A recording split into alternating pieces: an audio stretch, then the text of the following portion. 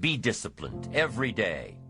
When you set up the disciplines that give your life structure, miracles can happen, multiplied. And I'm telling you, anybody who wants to make a drastic change in their income can do it. I was broke at age 25 and a millionaire at age 31. Everything around me was the same. I changed. I refined my philosophy. I read the books. I took the classes. Started looking at life a little differently. I'm telling you, it works. Every new discipline affects all your other disciplines. If you'll get some new things going, make some calls you've never made before, step up your activity level, step up your labor level, and you'll go home and work some miracles on your days and your life and your future and your income, your business, and a bigger portion of that 400 million will certainly be yours. Go for the disciplines, the smallest of disciplines, the least of disciplines. Like keeping your accounts in order, the smallest of disciplines. Did you ever hear this expression? I don't know where it all goes. Did you ever hear that? I don't know where it all goes. But here's the key. One of the greatest extraordinary phrases that's ever been written from antiquity says, if you'll be faithful, if you'll be disciplined when the amounts are small, we'll make you a ruler, give you a position of authority when the amounts are many. Somebody says, I've only got 2 or 3 distributors, I don't know where they are. Come on. If you've only got 2 or 3, you can know when they get up. You can know when they go to bed. You can know all the details. Take care of your disciplines when the amounts are small. And then life will see to it that you get some extraordinary numbers to work with, like you saw the stories displayed here. Do not disregard the smallest of disciplines. Let us not neglect. Do not neglect the smallest of disciplines, and build on that foundation, and you can have everything you could possibly want. Okay? Get going. But right here, a small difference in the change of discipline, the change of thinking, to start you on this journey versus this journey. Now, it's also very important intellectually to know whether or not you're headed this way or this way. And once you decide, 10 years from now, I think that the gathering of my intellectual and personal and spiritual and moral and economic treasure may not be that great, the key is to start right now making these changes to walk this new road. But here's what's exciting to me. Just a few daily disciplines makes a great deal of difference in 1 year, 3 years, 5 years. Just a few daily disciplines. 10 years from now, you will surely arrive. The question is, where? We don't want to kid ourselves about where. We don't want to kid ourselves about the road we're walking. I had a day shortly after I met Mr. Schoaf called Do Not Kid Myself Anymore Day. I don't want to go disillusioned anymore. You know, I was using the cross-finger theory back when I was 25, 24, 23. I finally decided that the cross-finger theory was not going to get me what I wanted. That isn't where the treasure lies. That I'm going to have to make sure which of these ways I'm headed. But a few reading disciplines and a few disciplines of mind and a few disciplines of activity, and you can make all the difference in the world whether you wind up here or whether you wind up here. Okay, but just a few changes. Sometimes we get the idea that we're doing about 10% and there's about 90% more that we need in order to make the difference for our fortune. And probably the opposite is true, right? We're doing enough things to have arrived here today. We're doing enough things to have bought and shared in the good life so far. And maybe all you need is that extra 5%, 10% of intellectual change, activity change, a refinement of discipline, a refinement of thought. And all we need is the ideas to make those simple changes, and the equity starts gathering in 1 year, 3 years, 5 years, 10 years. I have a good comment for your notes. Now's the time to fix the next 10 years. Now's the time to fix it. Now, sometimes you have to come to grips with reality and with truth. That's what was good for me when I met Mr. Schoaf. I was 25 years old, he was 44 years old. And he brought me a wealth of experience, and he started asking me the tough questions. Big question, he said, are you reading the books that's going to take you where you want to go in the next 5 years? Excellent question. See, you want to make sure. I would assume for all of you, to get where you want to be in the next 5 years, you're either reading the right books or you're not. That's kind of a brilliant statement, right? You're either engaged in the disciplines or you're not. One discipline affects another discipline. All disciplines affect each other. In fact, here's a good philosophical phrase: everything affects everything else. Nothing stands alone.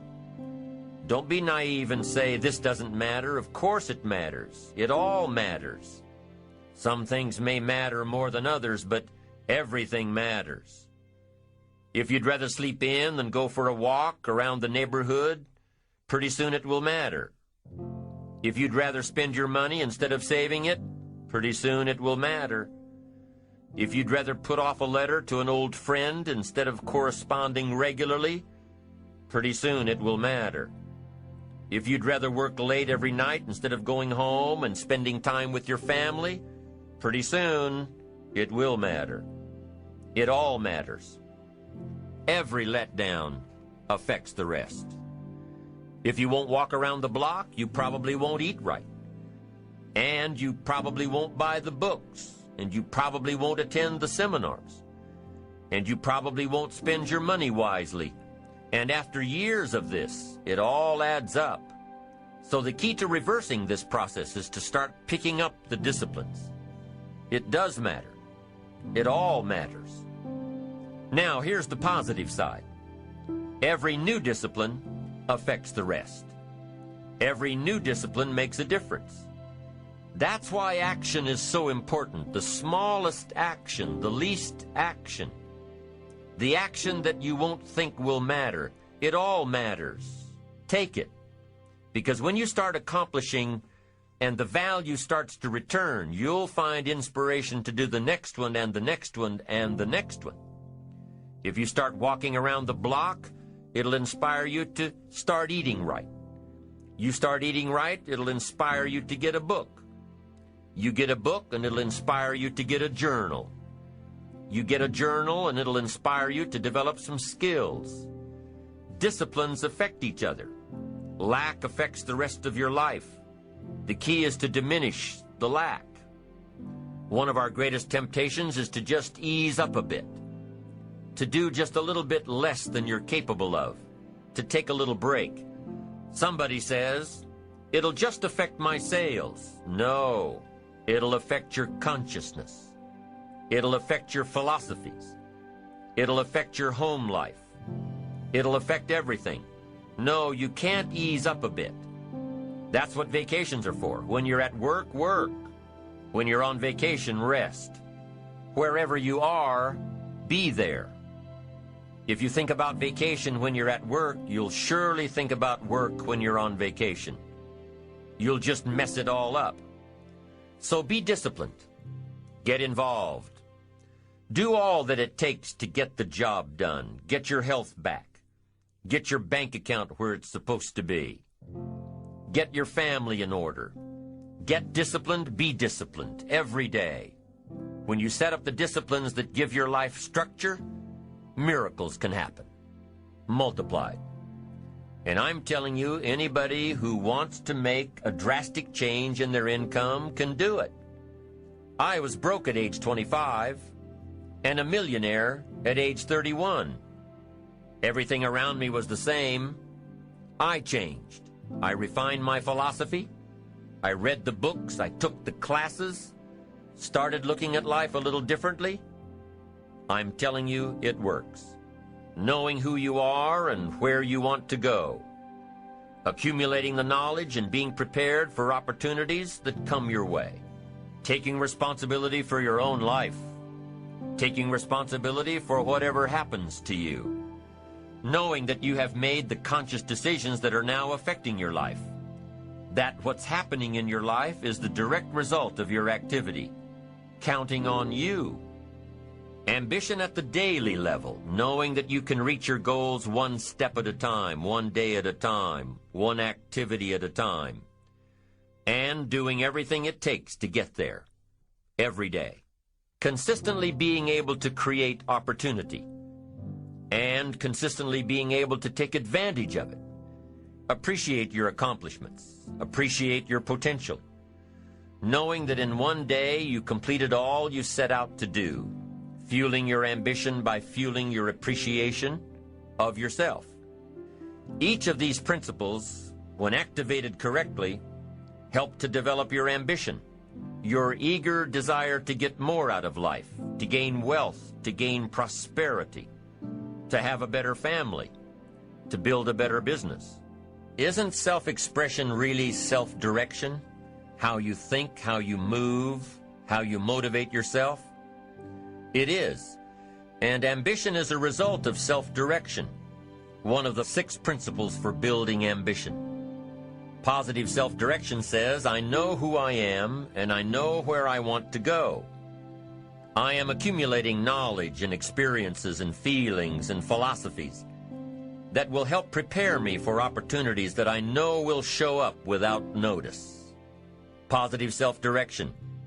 You know who you are and where you want to go. You've already spent a great deal of time thinking about it. You've been working on the parts of your personality that will make you better, working on your attitude, working on your health, working on your time management skills, putting it all down on paper, and you constantly see yourself in the place that you want to be. As you talk with yourself every day, how often do you ask, is what I am doing today getting me closer to where I want to be tomorrow? Am I making the daily adjustments necessary? Am I doing all that it takes? Will I keep on doing it until? Direction determines destination. Here's a question you need to ask yourself. Are all of the disciplines that I'm currently engaged in taking me where I want to go? Are all of the disciplines I am presently engaged in taking me where I want to go? What an important question at the beginning of the month, at the beginning of the week, at the beginning of the day. Because here's what you don't want to ever do: kid yourself.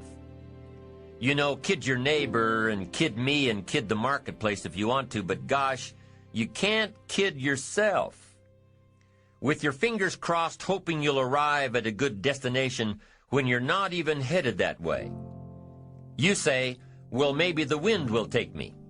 Well, there's a chance. But you've got to take charge. You've got to ask yourself often, am I? Am I doing the disciplines that are taking me in the direction that I want to go? I don't want to be faked out here and think I'm on the way to financial success when there's not a prayer, not a hope. I don't want to be faked out hoping that there's someone else who's going to take care of it, take care of me. They're not going to take care of it. They're not going to take care of me. What if all of your negative relatives turn positive? What'll that do for your fortune and your future? Not much. If prices come down a little, what'll that do for your fortune and your future, and your sophistication and your culture? What'll that do? Not much. If the economy gets a little better, what'll that do? Answer, not much. If you don't make plans of your own, you'll fit into someone else's plans. And guess what they have planned for you? You're right. Not much. Most people wake up every morning counting on this not much list. And that's why what they have is not much. Not much hope, not much promise, not much progress. They're driving what they don't want to drive, living where they don't want to live, doing what they don't want to do. Forget the thief waiting in the alley to snatch your purse. What about the thief in your mind? Lazy, not stimulated by thoughts and questions. Don't become a victim of yourself. Ask yourself these questions. Is this the direction I want for my life? Is it someone else's direction? Is it a goal that I have been ingrained with since my childhood? Is it my parents' or my spouse's or my boss's or my children's? Is it mine? Ask yourself these questions. Debate them if you will. Debate the ideas I am sharing with you on this program later. After you've heard all the ideas, debate what will work for you and won't work for you.